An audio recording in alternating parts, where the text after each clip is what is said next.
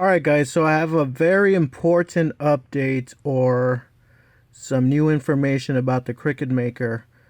On June 10th of this year, 2021, they're going to come out with the Cricut Maker 3.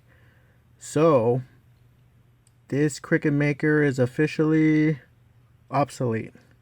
So, most of the attention is probably not going to be spent on this, but who knows? No one really knows for sure, but as for all things that are obsolete, they are less desirable. So right now is definitely not the time to buy this. If you're going to buy a Cricut Maker, wait until June 10th so that you can buy the new Cricut Maker 3. I want to do a review, but I'm kind of hesitant on buying it because right off the bat it uses a smart material, which it doesn't use the regular dumb material as it used before. And this smart material, who knows how much it costs and how dependent the machine is for it. So the new machine, I've heard, it's going to be able to cut without a mat, but you do need that smart vinyl. And so we don't even know what the price is going to be on that, but hopefully I could get my hands on one and give you an honest review.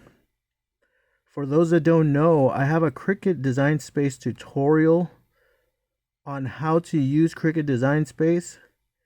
I bought my Cricut Maker about 2 years ago, hoping for the best. It was not what I expected, so that's why I try to warn people to buy it.